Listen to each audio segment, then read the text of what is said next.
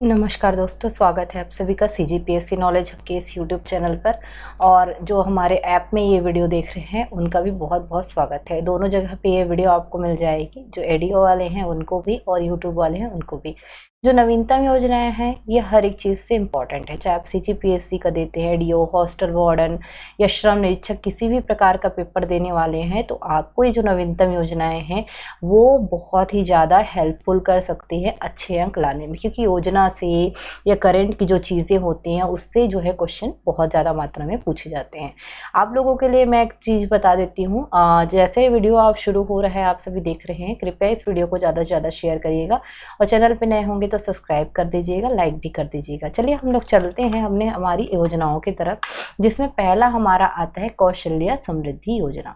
योजना, उसकी पात्रता, मिलने वाला लाभ, इवन कैसे शुरू हुआ, कब शुरू हुआ, ये कुछ कुछ चीज़ें होती है जो आपको पॉइंट टू पॉइंट याद होना चाहिए। अब देखिए, जैसे कि एडीओ है, आपका श्रम निरीक्षक यानी कि आपका जिसको लेबर इंस्पेक्टर बोल सकते हो, उसके अलावा आपका हॉस्टल वार्डन है ना। ये सारी चीज़ों में, या और उसके बाद पीएससी भी तो है अपना, इन सब चीज़ों में, सब में इम्पॉर्टेंट है। तो आपको अगर ये योजनाओं को तैयार करना है तो आप वैसे ही फॉर्मेट में तैयार करिएगा। तो वैसे ही फॉर्मेट में हम लोग भी बता देते हैं, या तो डायरेक्ट पॉइंट ऑफ पॉइंट भी तैयार कर सकते हो, आपकी जैसी मर्जी आप वैसा कर सकते हो। तो चलिए पहले स्टार्ट करते हैं। आज का जो है थ्योरी सेशन रहेगा, इस पर एमसीक्यू बहुत जल्द ले आएंगे हम लोग। पहली योजना है कौशल्य समृद्धि योजना, जिसको KSY कहा जाता है। ये राज्य के मुख्यमंत्री भूपेश बघेल द्वारा शुरू की गई महत्वाकांक्षी योजना है, जिसको 6 मार्च के दिन, यानी जिस दिन बजट सत्र हुआ उस दिन ही इस योजना की घोषणा की गई थी। याद रखिएगा 6 मार्च को। इसमें महिलाओं को रोजगार उपलब्ध करवाने के लिए प्रावधानों का क्या किया गया है, जिक्र किया गया है। अब कैसे, कौन कौन लाभार्थी होंगे, तो दिया गया है महिलाओं को रोजगार, तो स्पेशली जो राज्य की महिलाएं हैं उन्हीं के लिए रहेगा। तो इसके लाभार्थी कौन होंगे, राज्य की जो मूल निवासी महिलाएं हैं वो लाभार्थी होंगे।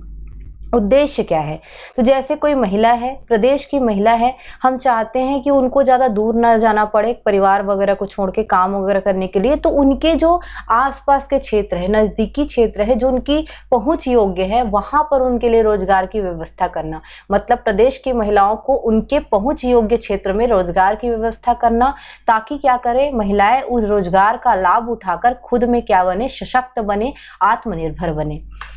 इस योजना का मैं बता दूं, जो शुरुआत है वो 6 मार्च बजट सत्र के दौरान जब हुआ, तो उसमें 25 करोड़ रुपए की राशि इस साल 2023-24 के जो बजट है उसमें इसके लिए प्रावधान किया गया है। ये मोस्ट इंपॉर्टेंट है, 25 करोड़ की राशि कौशल्य समृद्धि योजना को दी गई है। उसके साथ साथ प्रदेश की जो अनपढ़, जो बेरोजगार महिलाएं हैं, उनको भी इसके अंतर्गत रोजगार दिया जाएगा। तो ये अनपढ़ लोगों के लिए भी इंपॉर्टेंट योजना है। बजट प्रावधानों को लगभग सभी योजनाओं का जिसका भी मिलता है ना, लिख के रखा करिए। चलिए दूसरी योजना है मुख्यमंत्री वित्त संपदा योजना। थोड़ी पुरानी योजना बोल सकते हो, हल्का सा, पर इंपॉर्टेंट है। इसका प्रारंभ किया गया था 17 दिसंबर 2022 को, तो अभी 6 महीना हुआ नहीं है, मतलब इसको हमने लेटेस्ट योजना वाले में डाल दिया है। तो जिस दिन छत्तीसगढ़ गौरव दिवस मनाया जाता है, जिस दिन भूपेश बघेल ने जो है अपना कार्यभार ग्रहण किया था, तो 17 दिसंबर 2022 को इस योजना की जो घोषणा है या प्रारंभ है हुआ। परंतु इसका वित्तीय वर्ष अगर पूछा जाएगा तो 2022-23 को ही आप लगाओगे, क्योंकि इसी वित्तीय वर्ष के दौरान ये आया है योजना। लाभार्थी इसके कौन होंगे, तो राज्य के मूल निवासी होंगे, छत्तीसगढ़ के मूल निवासी। उद्देश्य क्या है, तो वृक्ष संपदा योजना है, मतलब आपको वृक्षारोपण करना है। जितना ज्यादा वृक्षारोपण होगा उतना ज्यादा क्या होगा, किसानों की आय में वृद्धि, क्योंकि किसान इस योजना के माध्यम से अपनी भूमि पर भी क्या कर सकेंगे, वृक्षारोपण कर सकेंगे। तो निजी भूमि पर वृक्षारोपण को बढ़ाने के लिए इस योजना को लाया गया, और खास करके इससे किसानों की आय में वृद्धि हो सकेगी। एक वर्ड जानते होंगे आप, agro forestry. Okay, agro forestry जो होता है, मतलब खेती के साथ साथ आप क्या करते हो, फॉरेस्ट भी अपने जो है खेत के आसपास लगाते हो, अपनी निजी भूमि पे लगाते हो। तो उससे क्या मिलता है आपको, अतिरिक्त आय। तो किसानों की आय में वृद्धि करना, वृक्षारोपण को बढ़ावा देना इसका मुख्य लक्ष्य है। और एक चीज और है, अगर ये काम देता है, अगर मतलब वृक्षारोपण को प्रोत्साहन दिया जाता है तो उससे क्या होगा, रोजगार के नए अवसर उपलब्ध होंगे। क्योंकि एक तो पहली चीज, वृक्षारोपण करने के लिए आपको व्यक्ति चाहिए, और साथ साथ अगर आप निजी भूमि में जो है वृक्षारोपण कर रहे हो तो भी उसका कटाई वगैरह के लिए जो है आपको लोगों की जरूरत पड़ेगी। तो दूसरे के लिए क्या हो जाएगा, स्थानीय लोगों के लिए रोजगार जो है अवसर उत्पन्न होगा। तो छत्तीसगढ़ राज्य में स्थानीय लोगों के लिए रोजगार भी के अवसर भी उपलब्ध होंगे इस योजना के माध्यम से, ये भी उद्देश्य है। साथ ही साथ काष्ठ आधारित उद्योगों को विकसित करना। जब वृक्षारोपण बढ़ेगा, ज्यादा से ज्यादा हमारे पास इमारती लकड़ियां आएगी, तो या फिर और जो नॉर्मल भी लकड़ी आ रही है, मतलब लकड़ी जो है ज्यादा मात्रा में आएगा, तो जितने भी काष्ठ आधारित जो उद्योग है, या इमारती लकड़ी आधारित उद्योग है, या और कोई उद्योग है जो जड़ी बूटी वगैरह से रिलेटेड है, तो हम जितने ज्यादा प्लांट जो है लगाएंगे, उतने ज्यादा जितने भी काष्ठ आधारित उद्योग है या कृषि आधारित उद्योग, वन आधारित उद्योग है, उनको बढ़ावा मिलेगा। प्रावधान देख लेते हैं क्या है। तो इसमें 12 प्रकार के वृक्षों को लगाया जाएगा, ये ध्यान रखिएगा। उसके साथ साथ 30,000 एकड़ भूमि पे इमारती वृक्षों का वृक्षारोपण किया जाएगा। ठीक है, कुछ का बता रही हूं मैं, बाकी का बहुत ज्यादा का शायद ना पूछे, लेकिन इमारती लोगों लकड़ी का याद रखिएगा, 30,000 एकड़ भूमि है। अब इसमें क्या क्या मिलेंगे, तो clonal eucalyptus, root shoot teak, tissue culture sandalwood, melia dubia bamboo, tissue culture bamboo, red sandalwood, आंवला, खम्हार, शीशम, महानीम, इस तरीके से जो वृक्ष हैं उनको शामिल किया गया है वृक्षारोपण में। इंपॉर्टेंट प्लांट को जो है सिलेक्ट किया गया है। और ये याद रखिएगा, इस योजना का मुख्य लक्ष्य क्या है, गांव में जो रहने वाले लोग हैं और किसान हैं उनको प्रोत्साहित करना, और साथ ही साथ शहरी लोगों को काष्ठ आधारित उद्योगों के विकसित करने के लिए प्रोत्साहित करना। मतलब गांव में क्या होगा, ये वृक्षारोपण होगा क्योंकि गांव में भूमि ज्यादा मिल जाती है, और शहरी लोगों क्या करेंगे, काष्ठ आधारित उद्योग विकसित करेंगे, जिससे वहां से लकड़ी मिले और काष्ठ आधारित उद्योग में यूज हो सके। ये दोनों चीजें होंगी, मतलब दोनों ही क्षेत्र का क्या होगा, एक प्रकार से विकास होगा। इसमें वृक्षारोपण के लिए 50% सब्सिडी पर पौधे मिलेंगे। ये मोस्ट इंपॉर्टेंट पॉइंट है, ये ध्यान रखिएगा। सब्सिडी कितनी दी जाएगी पौधों में, 50% गवर्नमेंट नहीं देगी पैसा इसके लिए। और ये जैसे आप मान लीजिए प्लांट लगाए, प्लांट लगाने के बाद जब वो बड़ा होगा, उसका कटाई कर लोगे, तो उसको अगर बेचना है आपको, तो आपको सरकार सहायता करेगी, उसकी बिक्री सरकार करवाएगी। और इसमें ये चीज भी आपको याद रखना है कि 3 साल तक प्रति एकड़ 10,000 का बोनस दिया जाएगा। 3 साल जो है 3 साल तक मतलब हर साल आपका, जैसे सुने होंगे, जितना प्लांट लगाते हो काउंट करता है, और 3 साल तक आपको प्रति एकड़ 10,000 का बोनस देगा। अगर 1 एकड़ में खेती किए हो आप प्लांट की, तो 3 साल तक आपको देते रहेगा 10,000 का बोनस। इसमें क्या है कि जैसे चंदन है, आंवला है, ये बड़ी बड़ी लकड़ियां है ना, तो इसके लिए क्या किया है, राज्य सरकार ने जो है विदेशी कंपनियों के साथ MOU किया हुआ है कि उसको बेचने में क्या करे, मदद करे, जो विदेशी कंपनियां हैं। जैसे चंदन की लकड़ी हो गई, आंवला की लकड़ी, अब बेचना है तो विदेशी कंपनियों को हम क्या किए हैं, साइन करवाए हैं बॉन्ड, कि भाई लो हमारे साथ जो है हमारा जो प्रोडक्ट है उसको बेचने में हेल्प कर दो। अब इससे क्या होगा, विदेश में जब लकड़ियां बिकेंगी तो किसानों को क्या होगा, बहुत ज्यादा कीमत मिलेगी, क्योंकि देश में उतनी ज्यादा नहीं मार रहती मांग, विदेश में ज्यादा मांग रहती है।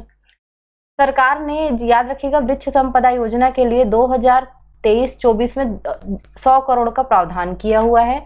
योजना के अंतर्गत 5 साल के भीतर जो है आपका ये 2 लाख एकड़ निजी भूमि पे क्या किया जाएगा, वृक्षारोपण। मतलब 5 साल में 2 लाख एकड़ निजी भूमि वृक्षारोपण कर दिया जाएगा इसमें। और साथ ही साथ एक चीज और याद रखना, यदि कोई निजी भूमि पर 1 लाख रुपए खर्च करके वृक्षारोपण करता है, तो वो राज्य सरकार उसको 100% खर्चे पे छोड़ देगी, यानी कि पूरा का पूरा पैसा वो राज्य सरकार लगाएगी। मतलब अगर आके 1 लाख दे के अपनी भूमि पे पूरा लगा के पूरा जो है करते हो, पूरा खेती लगाते हो बड़े बड़े पौधों की, तो फिर क्या किया जाएगा, राज्य सरकार बोलेगी कि हाँ ठीक है, 100% खर्च पर जो है छूट हम दे देते हैं, मतलब पूरा पैसा मिल जाएगा उस किसान को। तो 1 लाख रुपए है तो आप कर सकते हो, गवर्नमेंट दे देगी फिर बाद में। चलो नेक्स्ट योजना पे चलते हैं, महात्मा गांधी रूरल इंडस्ट्रियल पार्क योजना, जिसको रीपा कहा जाता है। ये मोस्ट इंपॉर्टेंट है क्योंकि गौठान इसमें जोड़ रहे हैं। ओके, और आजकल गौठानों के लिए बहुत सारी योजनाएं हैं। तो मुख्य भूपेश बघेल ने ही इस योजना को शुरू किया है, जो वर्तमान में हमारे मुख्यमंत्री हैं। तो ये भी एक प्रकार से अब रूरल इंडस्ट्रियल पार्क कहा जा रहा है, यानी कि ग्रामीणों की क्या है, ये हित में लाई गई योजना है। इसका शुभारंभ 2 अक्टूबर 2022 को किया गया था, गांधी जयंती के अवसर पे, इसीलिए इसको नाम दिया गया है महात्मा गांधी रीपा। ठीक है, महात्मा गांधी रीपा मतलब Mahatma Gandhi rural industrial park. Rural industrial park जो योजना है, उसके अंतर्गत आपको याद दिला दूं मैं, छत्तीसगढ़ के राज्य के लोग ही, जो स्थानीय लोग हैं, वही रोजगार प्राप्त कर सकें, उन्हीं को अवसर दिया जाएगा। इसमें ग्रामीण क्षेत्र में रोजगार के नए नए अवसर जो है उत्पन्न होंगे, जिससे ग्रामीण क्षेत्र में जो फैली हुई बेरोजगारी, भूखमरी, गरीबी है, ये सभी दूर होगी। साथ ही साथ इसके अंतर्गत पंचायत और ग्रामीण विभाग जो है आपका, पंचायत और ग्रामीण विकास विभाग, ये नोडल विभाग के तौर पे है। आपको क्वेश्चन पूछा जा सकता है कि रीपा के अंतर्गत नोडल विभाग कौन सा है, तो पंचायत और ग्रामीण विकास विभाग। तो जितने भी एडीओ वगैरह है ना, अभी उनको सब रीपा के अंतर्गत जो है एक प्रकार से नोडल बना के लगाया गया है। अब ये मेरे पहचान में है, इसलिए मैं बता रही हूँ चीजों को, पर ये हो रहा है अभी। इसके अंतर्गत क्या किया जाएगा, तो राज्य की जो प्रत्येक विकास खंड है, अभी हमारे पास 146 विकास खंड है ना, तो उस हर एक विकास खंड में 2 रूरल इंडस्ट्रियल पार्क जो है क्या किए जाएंगे, विकसित किए जाएंगे। प्रत्येक विकास खंड में 2-2 रीपा। अब रीपा है तो रीपा में क्या होगा, रीपा में लोग इस जुड़ेंगे और अपनी आय में वृद्धि करेंगे। और इसमें यह भी याद रखना, पहले चरण में 300 रूरल इंडस्ट्रियल पार्क बनाया जा रहा है। जो आपका गौठान है ना, उसी को बनाया जा रहा है रूरल इंडस्ट्रियल पार्क। अब यहाँ पे लोग जुड़ेंगे तो कुछ ना कुछ तरीके से आय में अपनी वृद्धि कर सकते हैं। गौठान जितने मौजूद हैं हमारे पास सुराजी ग्राम योजना के अंतर्गत, जो गोधन न्याय योजना में मिलते हैं गौठान, उन्हीं गौठानों को ही रूरल इंडस्ट्रियल पार्क में बदला जा रहा है। जैसे मान लीजिए एक विकास खंड है, जैसे कि जगदलपुर एक विकास खंड है मान लो, तो अगर वो वहां पर 2 क्या बनेंगे, 2 गौठानों का चयन किया जाएगा रूरल इंडस्ट्रियल पार्क बनाने में। इस तरीके से बात हो रहा है। तो मतलब उस अंदर में जो भी 2 गौठान है उनको चयन किया जाएगा। तो जितने भी मौजूदा गौठान है उसी को ही रूरल इंडस्ट्रियल पार्क में बदला जाएगा, नया नहीं गठित किया जाएगा। अब इसमें क्या होगा, जिन लोग जुड़े हुए हैं वो उस गौठान की मदद से अपने अपने आय के लिए जो है नए नए काम वगैरह जो है वहां से कर सकते हैं। सही मायने में जैसे देखो, पेंट वगैरह निर्माण होता है, कॉलिन निर्माण, उसके अलावा आपका सैनिटाइजर, दुनिया भर के सारी चीजें निर्माण वगैरह करते रहते हैं ना। तो एक प्रकार से आप उस गौठान को रूरल इंडस्ट्रियल पार्क बना दोगे तो एक प्रकार से वहां पे नई नई चीजें लोग उत्पादन करने की ओर जो है बढ़ेंगे, उसके साइड अट्रैक्ट होंगे और इससे अल्टीमेटली उनका आमदनी बढ़ेगा। इस योजना में 600 करोड़ रुपए का बजट प्रावधान किया गया है, इस साल ध्यान रखिएगा। और प्रत्येक इंडस्ट्रियल पार्क को 1-1 करोड़ रुपए दिया जाएगा। जैसे 300 रूरल इंडस्ट्रियल पार्क बनाना है ना, 300 रूरल इंडस्ट्रियल पार्क बनाना है, 600 करोड़ रुपए रखा गया है इसके लिए। तो प्रत्येक इंडस्ट्रियल पार्क को 1-1 करोड़ रुपए पहले देगा और बाकी चीजें और रोजगार के अवसर वगैरह के लिए जो है काम आएंगे। और जितनी भी रीपा के जो अधिकारी रहेंगे, रीपा के अंतर्गत जिनको भी अधिकारी नियुक्त किया जाएगा, वो ध्यान देंगे कि जो भी आपका गौठान है वहाँ शेड है या नहीं, पानी की व्यवस्था है या नहीं, या फिर जो भी एरिया है उस एरिया में रास्ते में जो है आपका सड़क वड़क ढंग से है कि नहीं, ये पूरा चीजें देखा जाएगा। वाईफाई की सुविधा भी यहाँ पे मिलेगी, ताकि अगर किसी को कुछ सर्च करना हो या कुछ मार्केटिंग करना हो या नई चीजें सीखना हो तो उनके लिए यहाँ पे सुविधा है कि वाईफाई से लेस होंगे सारी चीजें। तो वहां पर देखिए, जो गौठान रूरल इंडस्ट्रियल पार्क बनेंगे उसके आसपास बिजली, पानी, शेड की व्यवस्था होगी, सड़क की व्यवस्था होगी ताकि सुगम रूप से वहां पे संचालित हो सके सारे यातायात के साधन, वाईफाई की सुविधा होगी ताकि नेट का उन लोग यूज कर सके। तो रीपा इस प्रकार से एकदम एडवांस टेक्नोलॉजी में बन रहा है, बोल सकते हो आप।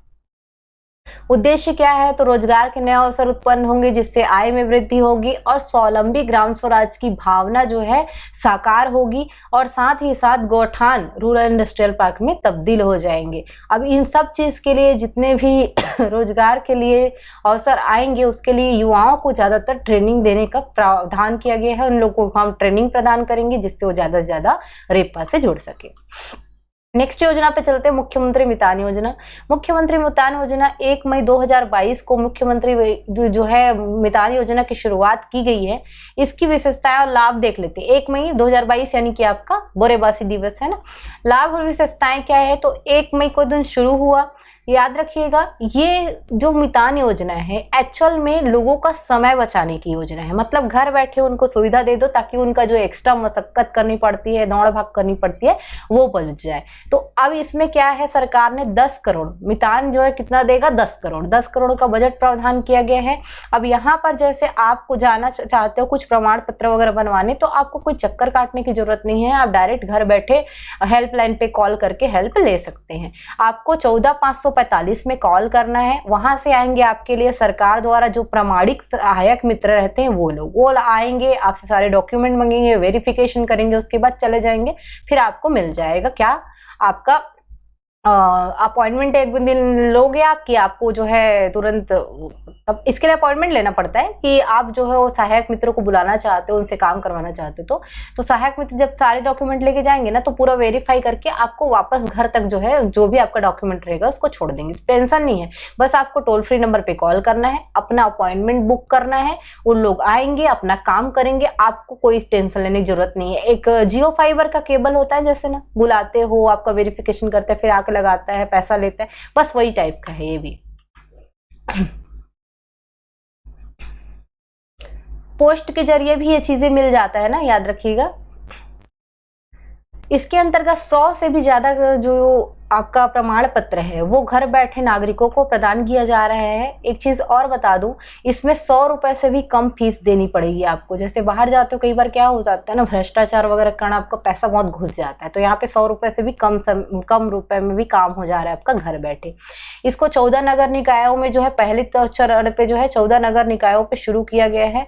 इसको ध्यान रखिएगा, पूरे राज्य के जो नगर निगम है वहां पर लॉन्च कर दिया गया है। अगर ये पूरा और सफलता मिलती है और अच्छे से, तो पूरे जगह पे इसको और जो है विस्तार करने की जो सरकार की जो है स्कीम अभी बनी हुई है।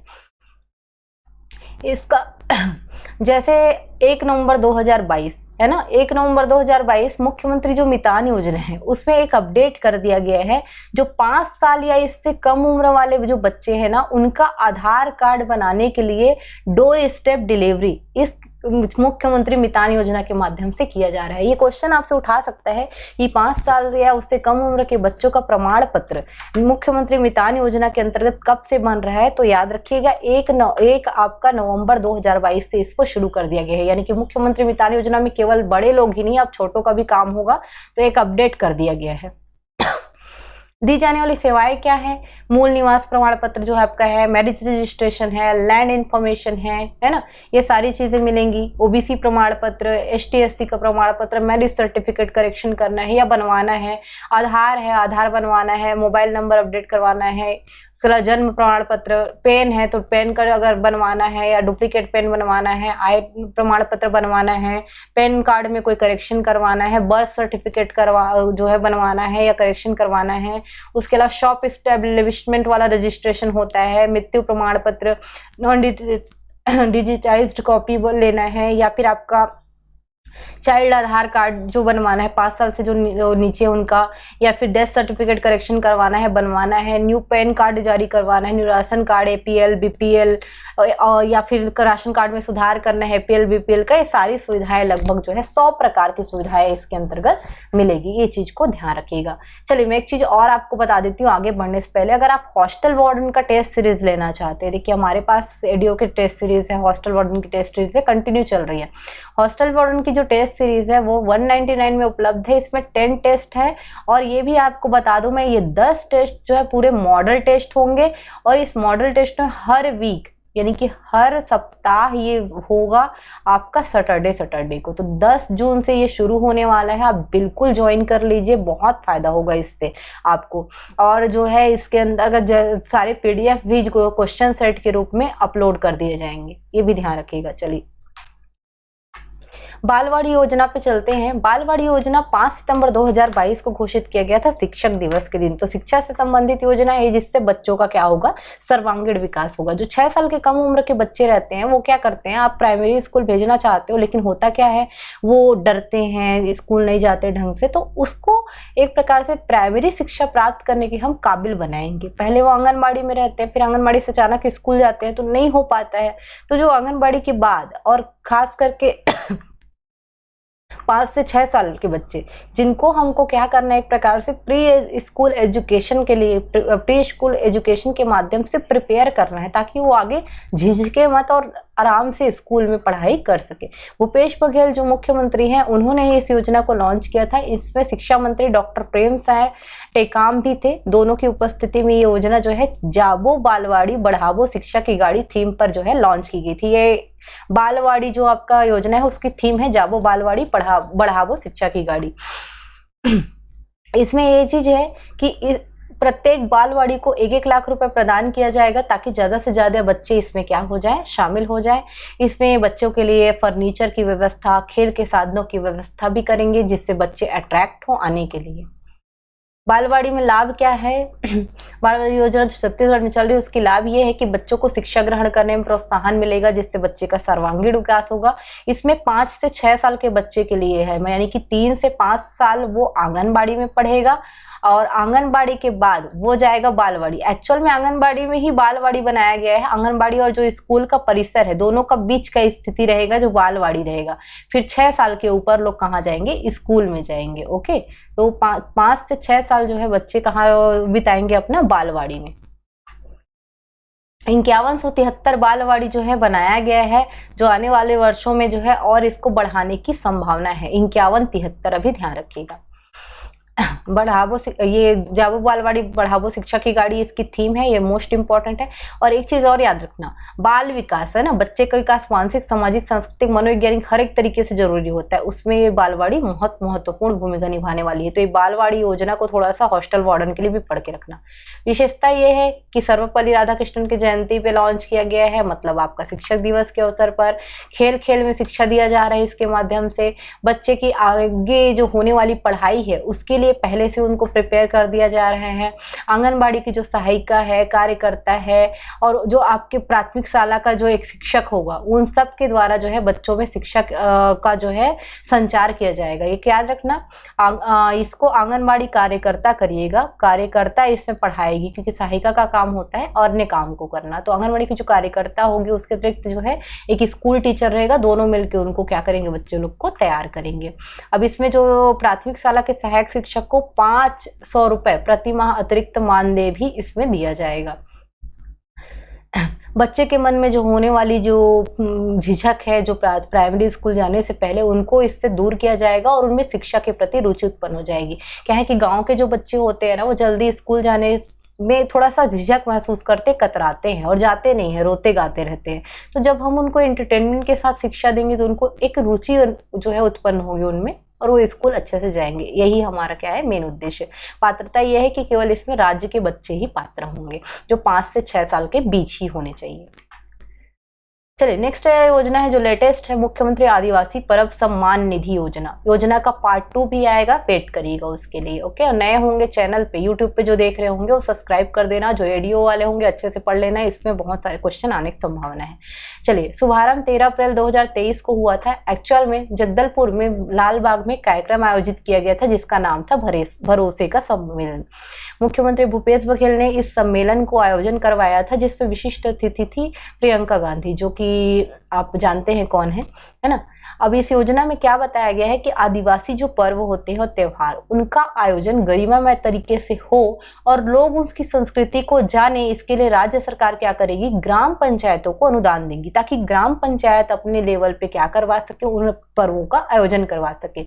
वर्तमान में मैं आपको बता दूं, सबसे पहले जो जहां से आप शुरू हुआ था बस्तर संभाग से, बस्तर संभाग के 1840 ग्राम पंचायतों को पहली किस्त के रूप में 5-5 हजार दी गई है। टोटल 10,000 रुपए है, तो पहली किस्त के रूप में 10,000 रुपए अनुदान राशि दी गई है। तो ये लोग क्या करेंगे, जब पंचायत स्तर पर जो है शासी निकाय गठित होगा, और वो जो शासी निकाय है अपने अपने क्षेत्र में आदिवासी पर्वों का, त्योहारों का आयोजन संबंधी जो भी निर्णय है या जो भी आयोजन है, जो भी व्यवस्था है, वो सभी चीजें देखेंगे। योजना का उद्देश्य क्या है, तो इस योजना के माध्यम से जो जनजाति पर्व, उत्सव, मेला, मड़ई, यात्रा है, जैसे देवगुड़ी स्थान है, छरछेरा हरेली जैसे पर्व है, नवाखाई जैसे पर्व है, इनमें जिन त्योहारों में उनकी संस्कृति जो छुपी हुई है या संस्कृति जो विलुप्त होती जा रही है, उनको संरक्षित करना है इसका मेन उद्देश्य है, ताकि उन संस्कृति के माध्यम से जिस आदिवासी संस्कृति के नाम से छत्तीसगढ़ जाना जाता है विश्व में, वो हमेशा बनी रहे। 10,000 रुपए मिलेगा प्रत्येक ग्राम पंचायत को, और 2 किस्तों में मिलेगा, यानी कि 5,000 प्रति किस्त। ओके, ये पॉइंट याद रखना। एक चीज और है, इन आदिवासी परब सम्मान निधि के माध्यम से उन संस्कृति को केवल संरक्षित करना ही नहीं है, बल्कि उन संस्कृतियों का जो मूल स्वरूप है वो एक पीढ़ी से दूसरी पीढ़ी पे स्थानांतरित हो पाए, वो स्थानीय परंपरा, जो सांस्कृतिक परंपराएं हैं, वो ट्रांसफर हो पाए एक जनरेशन से दूसरी जनरेशन। ये भी जो है क्या करेंगे, प्रयास करेंगे जो शासी निकाय है वो।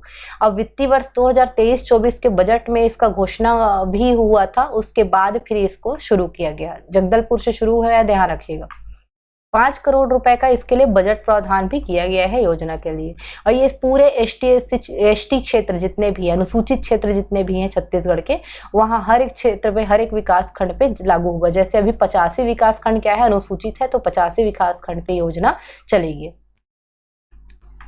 योजना का क्रियान्वयन जो है प्रत्येक जो है गांव में होगा, गांव स्तर पे होगा, जिसमें नोडल एजेंसी बनाया गया है मुख्य कार्यपालन अधिकारी जनपद पंचायत को, और इसके लिए ग्राम स्तरीय शासी निकाय होगा और विभाग स्तरीय शासी निकाय गठित किया जाएगा। शासी निकाय में क्या होगा देख लेते हैं।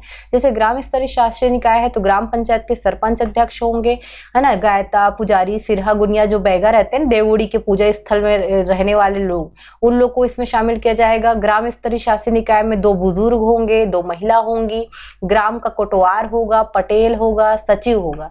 तो कोटवार, पटेल, सचिव, है ना, 2 बुजुर्ग, 2 महिला, इन लोग क्या रहेंगे, सदस्य रहेंगे। बैगा, गुनिया, सिरहा लोग जितने हैं वो सदस्य रहेंगे, और सरपंच अध्यक्ष होंगे। मतलब एक तरीके से क्या करेंगे, हम लोगों को इसमें प्रतिनिधित्व प्रदान करेंगे। जनपद पंचायत, अगर जनपद स्तरीय शासी निकाय है तो अनुभागीय अधिकारी होगा, जो राजस्व का वो अध्यक्ष होगा। मेन जो होगा अनुभागीय अधिकारी राजस्व यानी कि एसडीएम, वो क्या होगा, आपका अध्यक्ष होगा। और जो मुख्य कार्यपालन अधिकारी है, सीओ है जनपद पंचायत का, वो क्या होगा, इसके लिए सचिव होगा, क्योंकि ऑलरेडी वही जनपद का सचिव होता है।